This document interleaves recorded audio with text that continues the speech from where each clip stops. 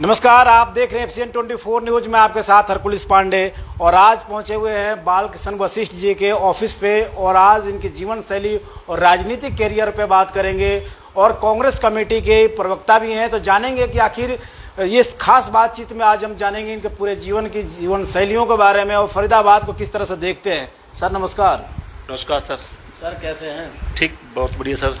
Sir तैयारियां चल रही हैं चुनाव की, आने वाले साल में 2024 में चुनाव होगी, लेकिन चुनाव से पहले आपके जीवन शैली पे प्रकाश डालें कि जनता जाने कि आखिर आप राजनीतिक में और सामाजिक सेवा के लिए लगातार आप बने रहे, आखिर क्या कुछ कारण रहा, बताएंगे? देखिए, पहले मैं आपके चैनल के माध्यम से आपका और सभी अपने प्रदेशवासियों का हाथ जोड़कर नमन करना चाहूँगा और मैं आपका भी दिल की गहराइयों से हार्दिक स्वागत करता हूं कि भी आपने मेरे को इस लायक समझा कि आप मेरे ऑफिस पर आए और मेरे से रूबरू होने का आपको मौका मिला। देखिए, मेरा नाम बालकृष्ण वशिष्ठ है और मैं एक छोटे से गांव वजीरपुर से बिलोंग करता हूं। मेरे माता पिता बहुत ही अच्छे संस्कार दिए उन्होंने, तो मैंने अभी कोशिश की कि भी अपने जो पूर्वज हैं उनके पद चिन्हों पर मैं चल सकूँ और उनका नाम रोशन कर सकूँ।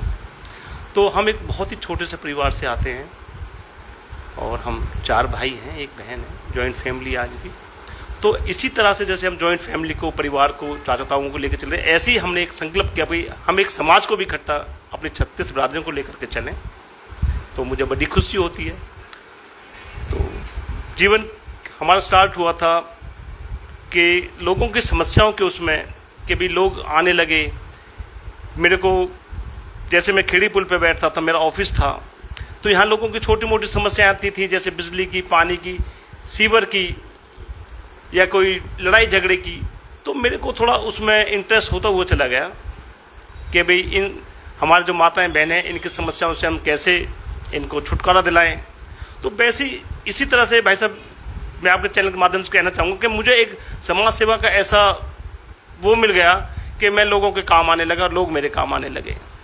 देखिए, जानना मेन ये उद्देश्य है कि जब जनता के बीच आप जाते हैं तो जनता आप पे विश्वास करती है। एक जनप्रतिनिधि होने के नाते अगर जनप्रतिनिधि आप बनते हैं तो जनता आप पे विश्वास करेगी, लेकिन जनता को भी ये भी जानने की जरूरत है कि हमारा जनप्रतिनिधि कैसा है, कितना शिक्षा ग्रहण किया, राजनीति में आने का क्या उद्देश्य रहा, कितना वो सफलता हासिल किए, तमाम चीज़ें जानने की जरूरत होती है। तो आपने पहले तो बताइएगा आपने कितने शिक्षा ग्रहण किए, राजनीति में क्यों आए, राजनीति को ही क्यों चुना आपने, समाज सेवा को ही क्यों आपने अग्रसर बनाया? देखिए, मैंने +2 की हुई है Mahadev senior secondary school sector 16A से। उसके बाद घर के कुछ हालात ऐसे थे कि भी हम आगे ज़्यादा नहीं पढ़ पाए, कुछ फाइनेंशियल प्रॉब्लम थी या कुछ समाज से जुड़ गया था, इसलिए। तो समाज की जो सेवाएं थी, मैं देखा कि लोग कभी पुलिस के चक्कर काट रहे हैं, कभी नगर निगम के चक्कर काट रहे हैं, कभी PWD के चक्कर काट रहे हैं, कभी MCF के चक्कर काट रहे हैं, लेकिन लोगों की कोई समस्याओं को समाधान नहीं हो पाया था। उसके लिए मेरे को उनके साथ हमदर्दी होती चली गई और जो उनकी समस्याएं, मैं उनकी आवाज़ बुलंद करने लगा। उन्होंने कहा कि भाई साहब हम आपके साथ हैं, हमें एक ऐसा प्रतिनिधि चाहिए जो हमारे आगे चल सके। मैंने अपने भाइयों से बोला मुझे आगे नहीं चलना, मुझे आप लोगों के बराबर में चलना है। और चाहे कांग्रेस की सरकार रही, चाहे बीजेपी की सरकार रही, मैंने अब तक 68 बार खेड़ी पुल को जाम किया है, जिसकी मेरे पास ये अखबारों की कटिंग भी आप अपने चैनल के माध्यम से दिखा सकते हैं। चाहे वो बिजली की समस्या है, चाहे वो पानी की समस्या है, कैमरामैन से कहूँगा दिखाएंगे, वो सारी ही समस्याएं मेरे सामने, जो हर एक तरह की, चाहे वो बिजली की है, चाहे वो पानी की है, चाहे वो PWD की है, चाहे वो राशन के डिपो वालों की है। क्योंकि लोगों की समस्या आती थी कि जी बिजली नहीं आ रही, पानी नहीं आ रहा। तो बस इसी उद्देश्य से मेरे को जो है ना थोड़ा सा इंटरेस्ट होता चला। सवाल तो ये भी उठता है कि जब कांग्रेस की सरकार थी तो क्या आपने सड़क जाम किया? बिल्कुल सवाल उठाया, आवाज उठाई जनता की। मैं सबसे पहले कांग्रेस और बीजेपी के ना होकर जनता के लिए काम किया है कि मेरे भाई बहनों को तकलीफ है तो मेरे को तकलीफ है। मुझे कांग्रेस या बीजेपी से उस टाइम मतलब नहीं हुआ करता था। उसके बाद मेरे को फिर इलेक्शन फाइट किया था मैंने कोऑपरेटिव बैंक, सहकारी समिति बैंक के लिए। लोगों ने, आप जैसे भाइयों ने बोला, समाज ने बोला, तो उसमें मैं विजयी हुआ और मेरे को उसमें उप चेयरमैन बनाया गया था। उसके बाद मेरे को कांग्रेस कमेटी की तरफ से डिस्ट्रिक्ट चेयरमैन फरीदाबाद बनाया गया था, फिर महासचिव बनाया गया था और आज आपके सामने मैं प्रवक्ता हूं कांग्रेस कमेटी की। कांग्रेस कमेटी के आप इतने प्रवक्ता आपको नियुक्त किया गया, इतनी बड़ी एक जिम्मेवारी दी गई है, अब इसको किस तरह से निभाएंगे? क्या जनता के जो वादे हैं, जनता के जो विश्वास है, उस पर कितना खरा उतरेंगे? देखिए, अब तक का जो मेरा इतिहास रहा है, मैं जनता के लिए, मैं और मेरा पूरा परिवार पूरी तरह से समर्पित है और रहेगा। रही पॉलिटिक्स बात, देखिए पॉलिटिक्स एक तरफ रखिए आप, भाईचारा सबसे पहले है। जो मेरे भाई बहनों की समस्याएं उनके लिए मैं आधी रात हमेशा ही तैयार रहूंगा और रहा था। देखा जाता है कि गली के, कॉलोनी के या बाजार में किसी तरह की कहीं आग लग जाती तब भी आप वहां पहुंच जाते थे। नेता जो जनप्रतिनिधि जिनकी जिम्मेवारी बनती है वो बाद में पहुंचते, लेकिन आप पहले पहुंचते थे। आखिर वजह क्या रहा? आप जल्दीबाजी क्यों दिखाते हैं? देखिए मैं जल्दबाजी नहीं करता, लेकिन मेरी जो अंतर आत्मा है ये गवाही देती है कि भाई किसी के आप सुख में मत जाएं, लेकिन उसके दुख में उसके साथ जरूर खड़े रहें। और उसके दुख को हम उससे बोल के बतला करके आधा कर सकते हैं। क्षति तो पूरी ऊपर वाला ही करेगा, लेकिन हम उसके सुख में दुख में शरीक हों, ये हमारा फर्ज बनता है। कितने सालों से आप राजनीति के इस गलियारे में कहा जाए घूम रहे हैं, और क्या आगे की क्या रणनीति, क्या उद्देश्य के साथ कोई चुनाव लड़ेंगे कि सिर्फ लोगों की सेवा ही करते रहेंगे? देखिए 1994 में पहली बार नगर में इलेक्शन हुआ था, तो मैं जीपी सन्नी के साथ ऐसे ही स्कूल से जाकर के बस्ता रख के उनके साथ घुमा करता था। बस वहीं से मेरे को थोड़ा समाज सेवा का इंटरेस्ट पड़ गया। उसके बाद मैंने तैयारी करी नगर निगम चुनाव के लिए, तो हमारी सीट बीसी हो गई थी, फिर तैयारी करी, फिर बीसी होगी, फिर तैयारी करी एससी होगी, फिर तैयारी करी अभी लेटेस्ट लास्ट में ही बिल्कुल 2023 में तैयारी कर रहे थे हम 2 साल से, फिर उस सीट को एससी कर दिया गया जानबूझ करके कि भाई कहीं ये सीट पंडित जी निकाल ना ले, इसलिए। तो मुझे भी इस चीज़ का बड़ा दुख है, लेकिन मैं अपने भाइयों से कहना चाहूँगा, समाज से कहना चाहूँगा, भाई मैं समाज से बिल्कुल भी अलग नहीं हूँ, मैं समाज के साथ हूँ। और रही नसीब की किस्मत की बात, जो मेरे नसीब में किस्मत में होगा उसको कोई नहीं मिटा। ऐसा तो नहीं कि जनाधार को देखते हुए सरकार, जो मौजूदा सरकार कहीं डर गई हो और इस तरह के एक्शन लेना पड़ा है? वार्ड बंदी में भी बहुत सारे स्टे भी लगा हुआ, आपको पता हो तो? देखिए आपका कहना बिल्कुल ठीक है। मैं आपके चैनल के माध्यम से ये भी अपने भाई बहनों को बताना चाहूँगा कि जो सीआईडी की रिपोर्ट थी, मेरे को सूत्रों से पता चला था, जो सीआईडी की रिपोर्ट थी उसमें मेरे को 3 बार सर्वे में विजयी घोषित किया गया था। और ये जानबूझ करके सीट एससी की गई है। एससी भी हमारे भाई बंधु हैं, हम भी उनके साथ हैं, वो भी हमारे साथ थे। लेकिन ये मेरे साथ बहुत जाती हुई है कि भाई 2 साल तक वार्ड बंदी रही, उसके बाद जानबूझकर इस सीट को फिर से वार्ड बंदी कराया गया, एससी सीट कराई गई। तो ये मेरे खिलाफ एक बात सुनता हूँ कि विधायक जी जहाँ नहीं पहुँचते हैं कोई समस्या का समाधान के लिए, वहाँ पहले आप पहुँच जाते हैं, ये सही बात है? देखिए ये बिल्कुल सही बात है, मैं इसे नहीं मुकरूंगा, क्योंकि मेरे साथ मेरी भीड़ रूपी जो जनता है वो मेरे हमेशा साथ रही है और मैं उसके साथ खड़ा रहा हूँ। कहीं भी रात को 2 बजे भी किसी को कोई समस्या हुई है तो उन्होंने मेरे को कॉल किया है, मुझे पता चली है तो मैं तुरंत वहाँ पहुँचता हूँ, क्योंकि मेरा फर्ज बनता है समाज हित के लिए। यदि मेरे को पता चली है और उन्होंने फ़ोन भी नहीं किया तो मेरा फर्ज बनता है उनकी समस्याओं का जाकर के वहाँ उठाना, मेरा फर्ज बनता है। शुरू से ही कांग्रेस में रहे हैं या पिछले भी कोई और भी सरकार में आप किसी और पार्टी के लिए भी काम किया? नहीं, देखिए मैंने आपसे बोला कि मैं कांग्रेस बीजेपी का बाद में हूँ, पहले एक समाज के लिए हूँ। पहले मैं एक समाज के लिए हूँ कि भाई पहले मैं समाज के हित में काम करूँ, उसके बाद मैं किसी पार्टी को जानता हूँ।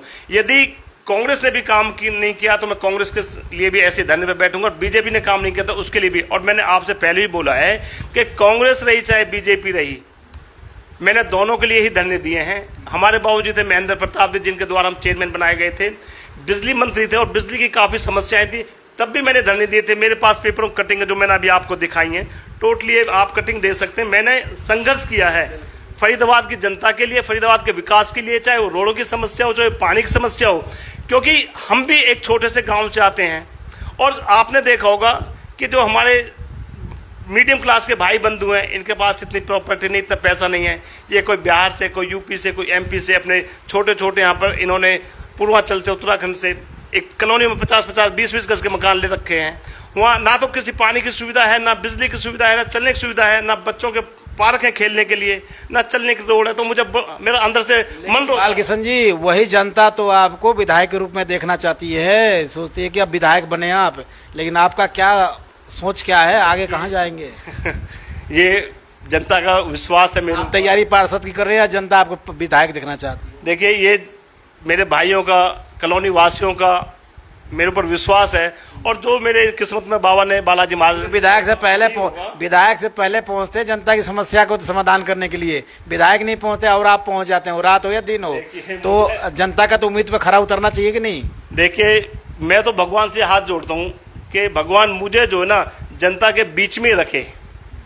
जनता अगर मौका मिलेगा तो क्या तैयारी करेंगे? बिल्कुल, जो पार्टी हाईकमान कहेगी, हमारी जनता कहेगी, उसके लिए मैं बिल्कुल हमेशा तत्पर तैयार रहूंगा। बिल्कुल भी पीछे नहीं हटूंगा। जो हमारा हाईकमान आदेश करेंगे और हमारी जनता कहेगी तो बिल्कुल उनकी बात को मैं। एक सवाल और, क्योंकि नगर निगम के चुनाव पे स्टे लग चुका है, रोक लग चुका है, इसको लेकर क्या कहेंगे? देखिए, नगर निगम चुनाव एक ढकोसला है। ये सरकार की नीतियों का, जो डबल इंजन की हमारी सरकार है, इसकी नीतियों का आपको क्या बताएं कि किसी क्या लगता, क्या क्यों आखिर क्यों स्टे लग रहा, क्यों रोक? वार्ड बंदी के नाम पे तमाम ऐसे मुद्दे बने, वार्ड बढ़ाया गया, कुछ गांवों को नगर निगम में शामिल किया गया, आखिर विकास कितना हुआ? क्योंकि स्मार्ट सिटी की भी बात करें तो स्मार्ट सिटी की दायरा को एक जगह से सीमित कर दिया गया कि इतनी ही दायरा स्मार्ट सिटी के अंदर आता है, पूरा फरीदाबाद नहीं था, मुख्यमंत्री का ही बयान था। इसको क्या कहेंगे? देखिए, स्मार्ट सिटी के नाम पर हमारे फरीदाबाद के अंदर कुछ भी विकास नहीं हुआ है। चाहे सीवरेज की समस्या है, पानी की समस्या है, चाहे गलियों की समस्या है। सिर्फ अधिकारियों ने और जो सरकार के हमारे नुमाइंदे हैं, सरकार के जो मंत्री हैं, एमएलए हैं, विधायक हैं, सिर्फ उन्होंने लूट खसोट मचाई है और कुछ भी विकास नहीं हुआ है।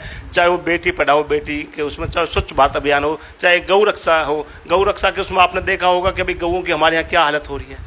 यानी कुल मिला के सरकार फेलियर आप नजर आ रही है? बिल्कुल हर एक तरह से फेल है। किसी प्रकार के कोई विकास कार्य हमारे यहाँ नहीं हो पा रहे हैं और मुझे बड़ा दुख है। यदि ऐसे विकास कार्य सरकार ने नहीं किए तो हम उसके खिलाफ फिर से हल्ला बोल करेंगे, चाहे वो कांग्रेस रही है, चाहे बीजेपी रही है। देखिए, हमें जनता ने चुना है, हम जनता के लिए काम करें। जनता ने हमें विश्वास कर करके यहाँ तक पहुँचाया है।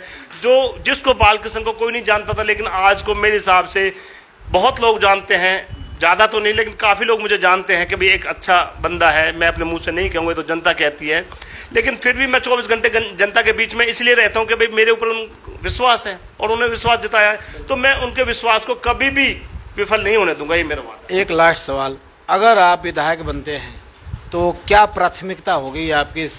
सरकार के नुमाइंदगी करने के नाते जनता को क्या पहला देंगे आप? देखिए, मेरी जो सबसे पहले प्राथमिकता होगी, बहन बेटियों के लिए स्कूल, कॉलोनियों में डिस्पेंसरी, बच्चों के खेलने के लिए पार्क, चलने के लिए रोड, पीने के लिए स्वच्छ पानी, गंदी नालियों के लिए, गंदी निकासी के लिए पानी, सीवरेज, इनकी सबसे पहले मेरी प्राथमिकता होगी। क्योंकि हमारे जो भाई बहन हैं, जो हमारे ऊपर आस लगाए बैठे हैं, पूरे भारतवर्ष से यहाँ बसे हुए हैं और उनको चलने के लिए भी जगह नहीं है और वो यहाँ पे एक डर के साए में रहते हैं, बहुत डर के साए में रहते हैं। कुछ यहाँ पे दबंग लोग भी जो उनको डरा करके रखते हैं, ना उनको बोलने देते हैं, ना चालने देते हैं, ठीक है। और कुछ उनकी बातें नहीं भी सुनी जाती हैं। कुछ हम उनको अपने साथ लेकर के उनके माध्यम से, कुछ हम अपने माध्यम से सरकारी अधिकारियों तक उनकी आवाज़ पहुंचाते हैं और उनके लिए हम काम कर रहे हैं, वो हमारे लिए काम कर रहे हैं और मिलजुल के हम ऐसे ही काम करते रहेंगे। मैं यही चाहूँगा बस।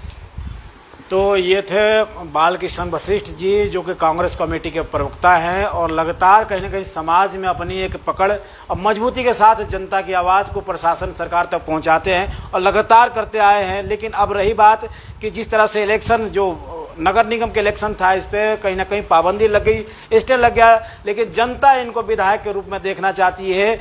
तिगांव विधानसभा क्षेत्र हो या नवासी विधानसभा क्षेत्र, कहीं ना कहीं जनता इनको जनप्रतिनिधि के रूप में देखना चाहती है। अब देखना ये होगा कि बालकृष्ण वशिष्ठ जी जनता की विश्वास पे कितना खरा उतरते हैं, क्योंकि लगातार दुख सुख में समाज के गलियारों में रात दिन एक करके पहुंचने वाले बालकृष्ण वशिष्ठ जनता के कभी नाराज नहीं करते। जहाँ नेता नहीं पहुंचता वहाँ बालकृष्ण वशिष्ठ अपनी रात अपने पूरे से जितने भी इनके अधिकारी है, जितने भी समर्थक हैं, उनको लेकर पहुँचते हैं। तो ऐसे ही खबरों के लिए आप बने रहिए, हम देखते रहिए एब्सेंस 24 न्यूज़। मैं आपके साथ पुलिस पांडे।